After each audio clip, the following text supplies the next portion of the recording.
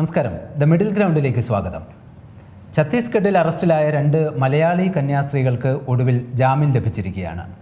Sister പ്രീതി Mary, Vandana Francis എന്നീ കന്യാസ്ത്രീകൾക്കാണ് 9 ദിവസത്തെ ജയിൽവാസത്തിനൊടുവിൽ ജാമ്യം ലഭിക്കുകയും ഇപ്പോൾ പുറത്തിറങ്ങാൻ സാധിക്കുകയും ചെയ്തത്. നമുക്കറിയാം, ഈ ഒരു വിഷയം രാജ്യത്ത്, പ്രത്യേകിച്ച് കേരളത്തിൽ വലിയ രാഷ്ട്രീയ കോലാഹലങ്ങൾക്കാണ് വഴിയൊരുക്കിയിരിക്കുന്നത്.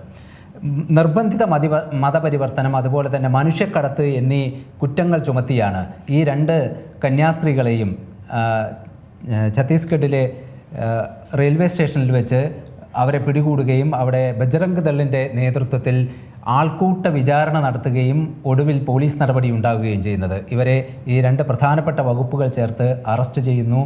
അങ്ങനെ ജാമ്യമില്ലാത്ത വകുപ്പായതിനാൽ ഇവരെ ജയിലിലടക്കുകയും ചെയ്യുകയാണ്. അതിനുശേഷമാണ് കോടതികൾ കയറി ഇറങ്ങുന്നത്. പക്ഷേ ജാമ്യം ലഭിക്കുന്നില്ല. ഒടുവിൽ NIA കോടതി ഇന്നലെ ഈ കേസ് പരിഗണിക്കുകയാണ് ഉണ്ടായത്. ഒടുവിൽ ഇന്ന് ജാമ്യം ലഭിക്കുകയും ചെയ്തു. ഇതുണ്ടാക്കിയ രാഷ്ട്രീയ കോലാഹലം എന്ന് പറയുന്നത് നമുക്കറിയാം, മതന്യൂനപക്ഷങ്ങൾക്കെതിരെ രാജ്യത്തുടനീളം നടക്കുന്ന അക്രമങ്ങൾ വലിയ രീതിയിൽ ചർച്ചയായിക്കൊണ്ടിരിക്കുകയാണ് ചെയ്യുന്നത്. പ്രത്യേകിച്ച് ക്രൈസ്തവർക്കെതിരെ, ക്രൈസ്തവ മതപുരോഹിതന്മാർക്കെതിരെയും ഇതുപോലുള്ള കന്യാസ്ത്രീകൾക്കെതിരെയും ഒക്കെ രാജ്യത്തുടനീളം നിരവധി അക്രമ സംഭവങ്ങളാണ് നടന്നുകൊണ്ടിരിക്കുന്നത്. പ്രതിപക്ഷ നേതാവ് VD സതീശൻ ഇന്ന് പറഞ്ഞ ഒരു കണക്ക് പ്രകാരം കഴിഞ്ഞ 365 ദിവസത്തിനിടയിൽ 834 അതിക്രമങ്ങൾ ക്രൈസ്തവർക്ക് നേരെ രാജ്യത്തുണ്ടായി എന്നാണ് പറയുന്നത്. BJP സർക്കാർ അധികാരത്തിൽ വന്നതിന് ശേഷം സംഘപരിവാറിൻ്റെ നേതൃത്വത്തിൽ മതന്യൂനപക്ഷങ്ങൾക്കെതിരെ ഉണ്ടാകുന്ന ഈ അതിക്രമങ്ങൾക്കെതിരെ പലപ്പോഴും പ്രതിഷേധങ്ങൾ ഉയർന്നു വന്നിട്ടുമുണ്ട്. രസകരമായൊരു കാര്യം, ഇവിടെ പെട്ടുപോയത് BJP ആണെന്ന് പറയണം. കാരണം ഈ ബജ്രംഗ് ദൾ എന്ന് പറഞ്ഞ സംഘടന ഒരു ട്രെയിനിൽ പോകുമ്പോഴാണല്ലോ ഈ സംഭവം നടക്കുന്നത്. ട്രെയിനിൽ പോകുമ്പോൾ TTEക്ക് സംശയം തോന്നുന്നത് മനുഷ്യക്കടത്താണെന്ന്. ഉൾവിളിയാണ് TTEക്ക്. അദ്ദേഹം പെട്ടെന്ന് പോലീസിനെ വിവരം അറിയിക്കുന്നതിൻ്റെ പകരം അദ്ദേഹം ബജ്രംഗ് ദളിനെയാണ്. ഈ ബജ്രംഗ് ദൾ എന്ന് പറഞ്ഞാൽ ആരാണ്? ഈ ബജ്രംഗ് ദളിൻ്റെ ഐഡിയോളജിക്കൽ പേരന്റ് എന്ന് പറയുന്നത് BJP ആണ്. അതായത് BJP ഉടനെ ബജ്രംഗ് ദളിൻ്റെ ആൾക്കാർ സംഘപരിവാർ പ്രത്യയശാസ്ത്രം പേർന്ന സംഘടനയാണ്. ഇവരെല്ലാവരും വരുന്നു, വലിയ ബഹളം ഉണ്ടാക്കുന്നു. ആ 2 പേരെയും, ആ 2 കന്യാസ്ത്രീകളെയും ഒപ്പം ഉണ്ടായിരുന്ന ചെറുപ്പക്കാരെയും അവരെ വളരെ ഭീകരമായി മാനസികമായി പീഡിപ്പിക്കുന്നു, ചീത്ത പറയുന്നു. അവസാനം ഈ മാനസികമായി മാത്രമല്ല, ശാരീരികമായുള്ള പീഡനം അവിടെ നടക്കുന്നു. കന്യാസ്ത്രീകളെ ഉപദ്രവിച്ചില്ലെന്ന് തോന്നുന്നു. മറ്റു 2 മറ്റേ ആദിവാസി വിഭാഗത്തിൽപ്പെട്ട ആൾക്കാരാണ് അവരെ ഉപദ്രവിച്ചു എന്നാണ് മനസ്സിലാക്കുന്നത്. എന്നിട്ട് അവരെ കൊണ്ട് നിർബന്ധിച്ചൊരു സ്റ്റേറ്റ്മെൻറ്റ് എഴുതി വാങ്ങിക്കുകയാണ്.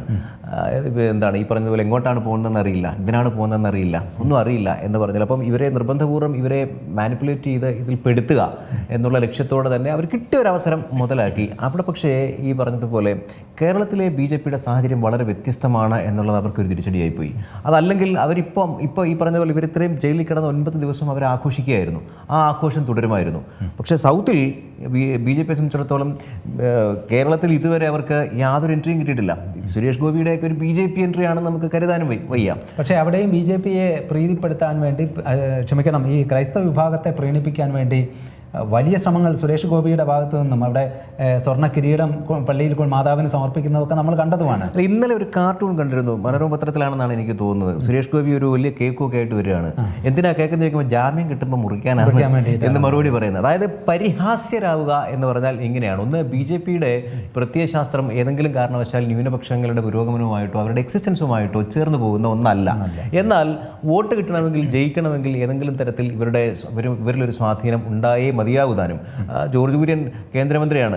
അദ്ദേഹത്തിൻ്റെ അടുത്ത് ഈ വിഷയത്തെപ്പറ്റി ചോദിച്ചപ്പോൾ എനിക്ക് ഹിന്ദി അറിഞ്ഞൂടാന്നൊക്കെ പറഞ്ഞിട്ടാണ് പോയത്. വളരെ പരിഹാസ്യമായൊരു നിലപാടിലേക്ക്, പരിഹാസ്യമായൊരു സാഹചര്യത്തിലേക്ക് കേരളത്തിലെ BJP വീണുപോകാൻ ഛത്തീസ്ഗഡിലെ BJPയുടെ അവരുടെ ആ വിഭാഗത്തിൽപ്പെടുന്ന BJPയുടെ സംഘപരിവാർ ഗ്രൂപ്പിൽപ്പെടുന്ന ബജ്രംഗ് ദളിൻ്റെ ഈ തീവ്രവാദ പ്രക്രിയ, ഇതിന് തീവ്രവാദം എന്ന് തന്നെ മത തീവ്രവാദം തന്നെയാണ് കാരണമായിട്ടുണ്ട്.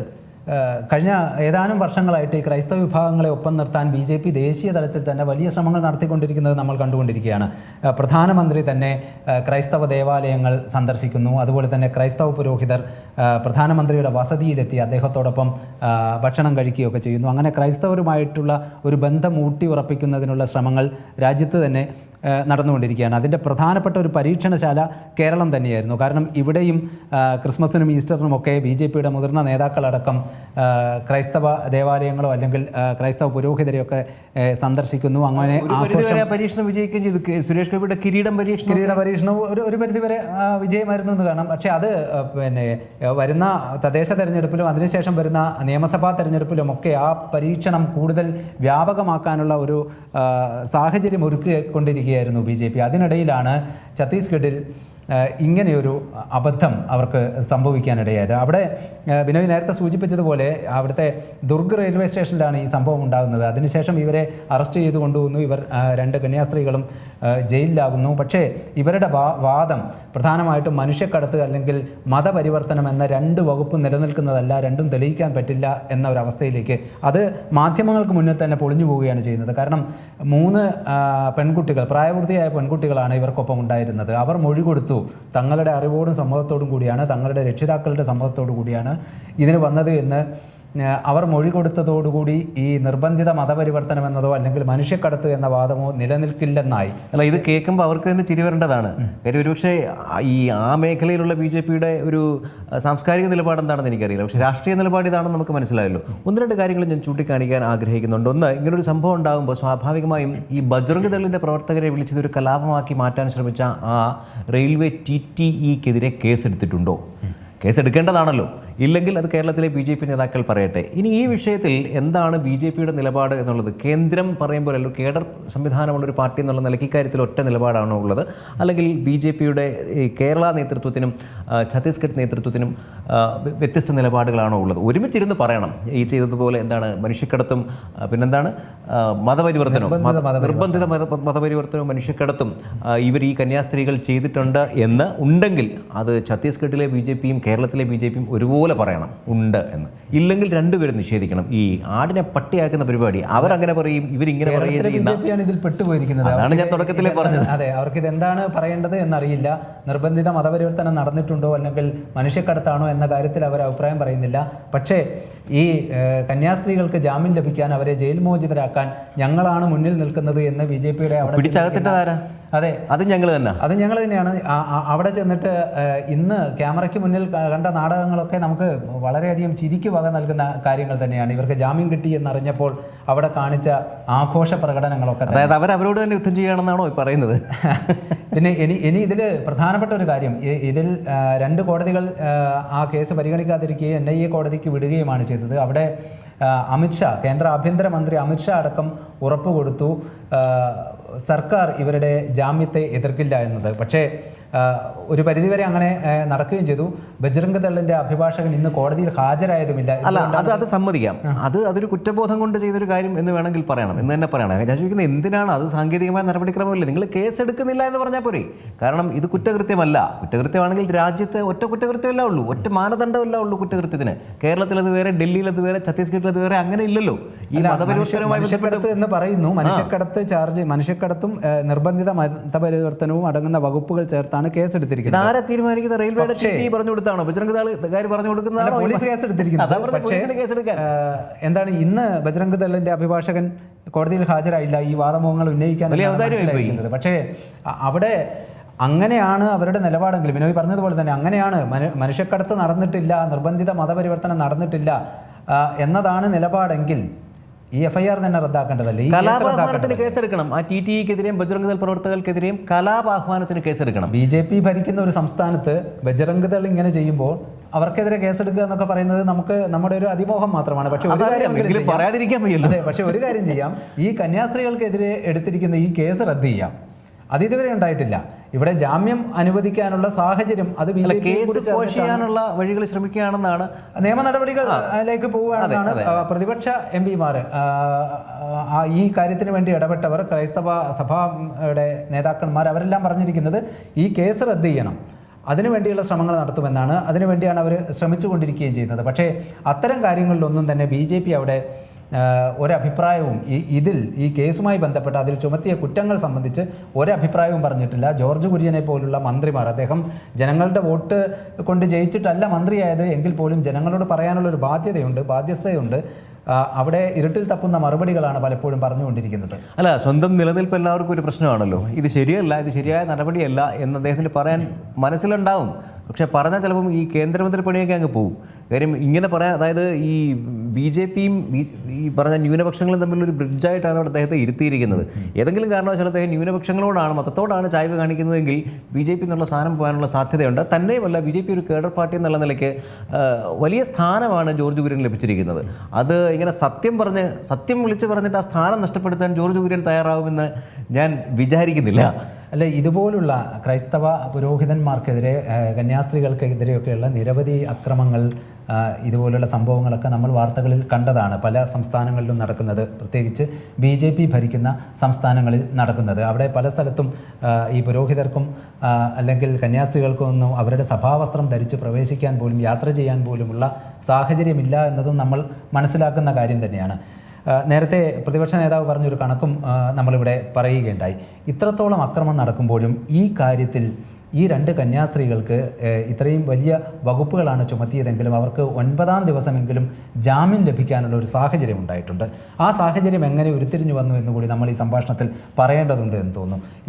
ഈ അറസ്റ്റ് നടന്ന ഉടനെ തന്നെ ഇവിടുത്തെ BJP ഇതര രാഷ്ട്രീയ പാർട്ടികൾ എല്ലാം തന്നെ ഉണർന്ന് പ്രവർത്തിക്കുകയും കൃത്യമായി അവരവരുടെ നിലപാട് പറയുകയും അവർ സമരരംഗത്ത് ഇറങ്ങുകയും ചെയ്തു. അതുപോലെ തന്നെ ക്രൈസ്തവ സഭയും അവരുടെ പ്രവർത്തകരും കേരളത്തിലുടനീളം അവർ തെരുവിലിറങ്ങി പ്രതിഷേധിക്കുകയുണ്ടായി. ദീപിക കൃത്യമായിട്ട് അഭിപ്രായം പറഞ്ഞു.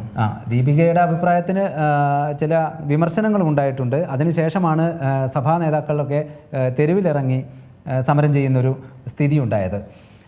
മാത്രമല്ല, പ്രതിപക്ഷത്തിരിക്കുന്ന MP-മാർ, അത് കോൺഗ്രസിൻ്റേതാണെങ്കിലും CPM-ൻ്റെയും CPI-യുടേതുമാണെങ്കിലും, ഇനി NK പ്രേമചന്ദ്രനെ പോലുള്ള ആളുകൾ കൃത്യമായി പഠിച്ച് ഈ കാര്യത്തിലൊക്കെ വളരെ സ്പഷ്ടമായിട്ട് അഭിപ്രായം പറയുന്ന അദ്ദേഹം അവിടെ സന്ദർശിക്കുകയും ചെയ്തു. ഇവരെല്ലാം തന്നെ എന്താണ് അവിടെ നടന്നത്, എത്രത്തോളം നീതി നിഷേധമാണ് ഈ കന്യാസ്ത്രീകൾക്കെതിരെ ഉണ്ടായത് എന്ന് കൃത്യമായി ജനങ്ങളെ അറിയിക്കുന്നതിൽ വലിയ പങ്ക് വഹിച്ചിട്ടുണ്ട്.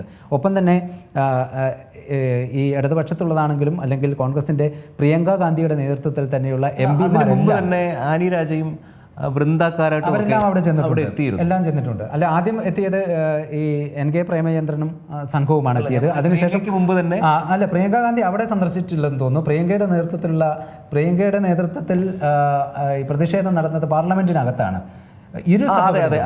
രാജ്യസഭയിൽ ജോൺ കൊടുക്കുന്ന ഞാൻ കണ്ടിരുന്നു. ഞാൻ പറഞ്ഞ അതിന് മുമ്പ് ഈ തുടക്കത്തിൽ തന്നെ വൃന്ദാകാരായിട്ടും ആനി രാജ അടക്കമുള്ളവർ, റഹീം ഒക്കെ ഉണ്ടായിരുന്നു ആ സംഘത്തിൽ. ഇടതുപക്ഷത്തിനൊപ്പമുള്ള സംഘത്തിൽ K രാധാകൃഷ്ണൻ ഉണ്ടായിരുന്നു, CPI-യുടെ സന്തോഷ് കുമാർ ഉണ്ടായിരുന്നു, അതുപോലെ തന്നെ UDF ഈ ജോസ് കെ മാണി, അദ്ദേഹം ഇന്നും അവിടെ ഉണ്ടായിരുന്നു.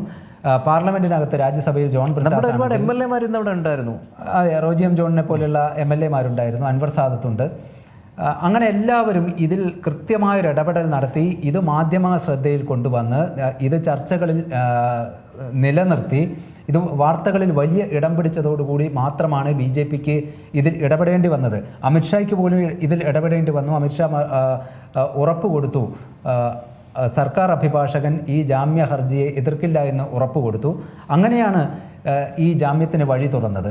അവർ ചെയ്ത തെറ്റ് അവർ തന്നെ തിരുത്തുകയാണ്, ഞങ്ങൾ തിരുത്തുകയാണ് എന്ന് അദ്ദേഹം പറഞ്ഞതിൽ തെറ്റൊന്നുമില്ല. കാര്യം ഈ പറഞ്ഞ പോലെ അവരാണല്ലോ ഈ പറഞ്ഞ പ്രത്യേകിച്ച് കാരണമൊന്നുമില്ലാതെ ഫാബ്രിക്കേറ്റ് ചെയ്ത ചില കാരണങ്ങൾ കൊണ്ട് പിടിച്ചകത്തിടുന്നത്. അപ്പോൾ സർക്കാരിന്റെ വക്കീൽ എതിർക്കില്ല എന്ന് പറഞ്ഞാൽ ഞങ്ങൾ ചെയ്ത തെറ്റ് ഞങ്ങൾ തിരുത്തുകയാണ് എന്ന് പറയുന്നതിന് തുല്യമാണ്. തിരുത്തുകയാണെങ്കിൽ ആ കേസ് ഒഴിവാക്കുകയാണ് വേണ്ടത്. ഇനി അത് ചെയ്യട്ടെ, അതാണ് പറയാനുള്ളത്. കാര്യം ഈ പറഞ്ഞ പോലെ ഇങ്ങനെയാണെങ്കിൽ ഇത് മനസ്സിലാക്കേണ്ട ഒരു കാര്യം, ഇനി തെരഞ്ഞെടുപ്പുകൾ വരുവാണ്. അടുത്തടുത്ത് 2 തെരഞ്ഞെടുപ്പുകളാണ് വരുന്നത്. തദ്ദേശ സ്വയംഭരണ തെരഞ്ഞെടുപ്പ് വരുന്നുണ്ട്. നമുക്കറിയാം, ഈ നിയമസഭാ തെരഞ്ഞെടുപ്പ് പോലെയോ അല്ലെങ്കിൽ പാർലമെന്റ് ഇലക്ഷൻ പോലെയല്ല BJP സംബന്ധിച്ചിടത്തോളം തദ്ദേശ ഭരണ തെരഞ്ഞെടുപ്പ്. അവർക്ക് പലയിടത്തും പഞ്ചായത്തുകളുണ്ട്, അവർക്ക് പലയിടത്തും ഒരുപാട് വാർഡുകളുണ്ട്, സ്റ്റാൻഡിംഗ് കമ്മിറ്റികളുണ്ട്, ധാരാളം പഞ്ചായത്ത് അംഗങ്ങൾ, തദ്ദേശ സ്വയംഭരണ വാർഡ് അംഗത്വങ്ങൾ അവർക്ക് ഉണ്ട് കേരളത്തിൽ. അതൊരു ചെറിയ കാര്യമല്ല, ഒരു ദിവസം കൊണ്ട് ഉണ്ടായതുമല്ല, ഘട്ടം ഘട്ടമായിട്ട് അവർ വളരുന്നതിൻ്റെ സൂചനയാണ്. അതൊക്കെ ഈ പറഞ്ഞതുപോലെ എല്ലാ വിഭാഗത്തിലും പെട്ട ആൾക്കാർ, ഒരു വാർഡിൽ ഒരു മതക്കാർ മാത്രമല്ലല്ലോ താമസിക്കുക, എല്ലാ വാർഡിലും എല്ലാ വിഭാഗത്തിലും പെട്ട ആൾക്കാരുണ്ടാവും, അവരുടെയൊക്കെ വോട്ട് കിട്ടിയിട്ടുണ്ടാവും. സാധാരണ ഈ തദ്ദേശ ഭരണ തെരഞ്ഞെടുപ്പിൻ്റെ റിസൾട്ട് എന്ന് പറയുന്നത് അവനവൻ്റെ ഒരു കൂട്ടം 1000-1500 ആൾക്കാരുടെ ജീവിതത്തെ ഏറ്റവും അധികം സ്വാധീനിക്കുന്ന ആക്സസ് ഉള്ള ആൾക്ക് വോട്ട് കൊടുത്ത് ജയിപ്പിക്കുക എന്നുള്ളതാണ്. അവിടെ രാഷ്ട്രീയമൊന്നും കാര്യമായിട്ട് പ്രതിഫലിക്കാറില്ല. അങ്ങനെയുള്ള വോട്ടുകൾ പോലും ചിലപ്പോൾ ഈ ഒരു കാരണം കൊണ്ട് നഷ്ടപ്പെടാനുള്ള സാധ്യത ഇനി ഉണ്ട് എന്നുകൂടി BJP മനസ്സിലാക്കേണ്ടിയിരിക്കുന്നു. കാരണം ഈ മുറിവ്, ആ മുറിവിൻ്റെ പുറത്ത് നമ്മളിപ്പോൾ ഇത്തിരി മരുന്ന് പുരട്ടിട്ടുണ്ട് BJP, പക്ഷേ മുറിവ് ഉണങ്ങുമോ എന്നുള്ള കാര്യത്തിൽ എനിക്ക് സംശയമുണ്ട്. അല്ലെ, ഇത്രത്തോളം BJP അയയാനുള്ളൊരു സാഹചര്യം ഉണ്ടായത് തന്നെ ഇത് കേരളത്തിൽ നിന്നുള്ള കന്യാസ്ത്രീകളായതുകൊണ്ട് മാത്രമാണ് എന്നാണ് ഞാൻ പറഞ്ഞു വന്നത്. കാരണം അതുകൊണ്ടാണ് കേരളത്തിൽ നിന്നുള്ള ജനപ്രതിനിധികൾ, അത് പാർലമെൻറ്റ് അംഗങ്ങളാണെങ്കിലും ഇവിടുത്തെ MLA-മാരാണെങ്കിലും എല്ലാവരും ഇതുപോലെ സമരരംഗത്തേക്ക് ഇറങ്ങിയതും ഇതിനെ എല്ലാ വഴികളും തേടുകയും ചെയ്തത്. അവർക്കും രാഷ്ട്രീയമായ ഉദ്ദേശമുണ്ട് എന്ന് മറന്നുകൊണ്ടല്ല പറയുന്നത്. പക്ഷേ ഇത് മറ്റൊരു സംസ്ഥാനത്തുള്ള കന്യാസ്ത്രീകളാണെങ്കിൽ, നിരവധി കേസുകൾ അതുപോലെ ഉള്ളതുണ്ടല്ലോ, അങ്ങനെയാണെങ്കിൽ തീർച്ചയായിട്ടും ബജ്റംഗ് ദളിൻ്റെ അജണ്ട ഇവിടെ നടപ്പാകുക തന്നെയായിരുന്നില്ലേ ചെയ്യുക എന്നത് നമ്മൾ ആലോചിക്കേണ്ടതുണ്ട്. കാരണം അങ്ങനെയാണെങ്കിൽ ഇവർക്ക് ഈ ജാമ്യം ലഭിക്കാൻ വേണ്ടി അമിത്ഷാ ഇടപെടുമോ, അല്ലെങ്കിൽ അവിടുത്തെ സംസ്ഥാന സർക്കാർ അഭിഭാഷകൻ ഇതിൽ ജാമ്യാപേക്ഷയെ എതിർക്കാതിരിക്കുമോ, കന്യാസ്ത്രീകൾ വീണ്ടും ജയിലിൽ തന്നെ തുടരേണ്ട സാഹചര്യവും അവർക്ക് ശിക്ഷ അനുഭവിക്കേണ്ട സാഹചര്യവും വരെ ഉണ്ടാകുമായിരുന്നില്ലേ എന്നതാണ് ചോദ്യം. തീർച്ചയായിട്ടും ഇപ്പം നിലവിലുള്ള അവസ്ഥയിൽ BJP കുറച്ചൊന്ന് പാടുപെടി ഇനി ഒന്ന് കൺവിൻസ് ചെയ്യാൻ. കാരണം ദീപികയുടെ ആ മുഖപ്രസംഗമൊക്കെ ഇത്തിരി കടുത്തതായിരുന്നു. BJP ഇവിടെ കേക്കും കൊണ്ടുവരിക, അവിടെ വരുമ്പോൾ പിടിച്ച് ആക്രമിക്കുക, ഇതൊന്നും ഈ BJPയുടെ വാക്കും പ്രവൃത്തിയും തമ്മിൽ അങ്ങോട്ട് പൊരുത്തപ്പെടുത്തില്ല എന്നുള്ള കാര്യം കൃത്യമായിട്ട് ദീപിക പറഞ്ഞു. അത് ഇത്തിരി കടന്നുപോയി എന്നുള്ളതുകൊണ്ടാണ് ചില തിരുത്തലുകളൊക്കെ ചിലയിടത്ത് നിന്ന് വരുന്ന സാഹചര്യം കൂടെ ഉണ്ടായത്. എന്തായാലും അത് നിലപാടാണ്, കത്തോലിക്ക സഭയുടെ നിലപാട് പറയുന്ന സ്ഥലമാണല്ലോ ഈ പറഞ്ഞ ദീപിക പത്രം എന്ന് പറയുന്നത്. ദീപികയുടെ മുഖപ്രസംഗം എന്ന് പറഞ്ഞാൽ സഭയുടെ നിലപാടായി തന്നെ നമ്മൾ കണക്ക് കൂട്ടണം. ചില ചെറിയ വ്യത്യാസങ്ങളോ ചില തിരുത്തലുകളോ ഒക്കെ ഉണ്ടാകും. രാഷ്ട്രീയമായി അത് തീവ്രത കൂടിപ്പോയാൽ അതിനെ ഒന്ന് മൈൽഡാക്കി വീണ്ടും സമവായത്തിൽ കൊണ്ടുപോകാനുള്ള ശ്രമങ്ങളുടെ ഭാഗമായി അതൊക്കെ ഉണ്ടാകാം. പക്ഷേ BJPയെ സംബന്ധിച്ചിടത്തോളം ഇത് നമ്മൾ 10 അടി മുന്നോട്ട് വെച്ചിട്ട് 20 അടി പുറകോട്ട് വരുന്നത് പോലുള്ളൊരു അവസ്ഥയാണ് ഇപ്പോൾ സംഭവിച്ചിരിക്കുന്നത്. എന്തായാലും ആ കേക്കും കൊണ്ട് പോയതിലെ പൊള്ളത്തരം ഇതോടുകൂടി അങ്ങ് പൊളിഞ്ഞടുങ്ങിയിരിക്കുകയാണ്. എന്തായാലും ജാമ്യം ലഭിച്ചു. കന്യാസ്ത്രീകൾക്ക് ഇന്ത്യ വിട്ടു പോകരുത് എന്നതാണ് പ്രധാനപ്പെട്ട ഒരു ജാമ്യവസ്ഥ. അവർക്ക് കേരളത്തിലേക്ക് വേണമെങ്കിൽ തിരിച്ചു വരുന്നതിന് തടസ്സമൊന്നുമില്ല. പക്ഷേ നമ്മളിവിടെ സംസാരിച്ചതുപോലെ തന്നെ പ്രധാനപ്പെട്ട ചോദ്യം, ഈ കേസ് റദ്ദ് ചെയ്യുമോ? ഇവിടെ മനുഷ്യക്കടത്തും അതുപോലെ തന്നെ നിർബന്ധിത മതപരിവർത്തനവും നടന്നിട്ടില്ല എന്ന് കണ്ട് ഈ കേസ് റദ്ദ് ചെയ്യുമോ എന്നാണ് വരും ദിവസങ്ങളിൽ കണ്ടറിയേണ്ടത്. എന്തായാലും ഇന്നത്തെ ദ മിഡിൽ ഗ്രൗണ്ട് ഇവിടെ പൂർണ്ണമാകുന്നു. നമസ്കാരം. ഏറ്റവും പുതിയ വാർത്തകളും വിശേഷങ്ങളും വിരൽ തുമ്പിലറിയാൻ സീ മലയാളം ന്യൂസ് എല്ലാ ഡിജിറ്റൽ പ്ലാറ്റ്ഫോമുകളിലും ലഭ്യം.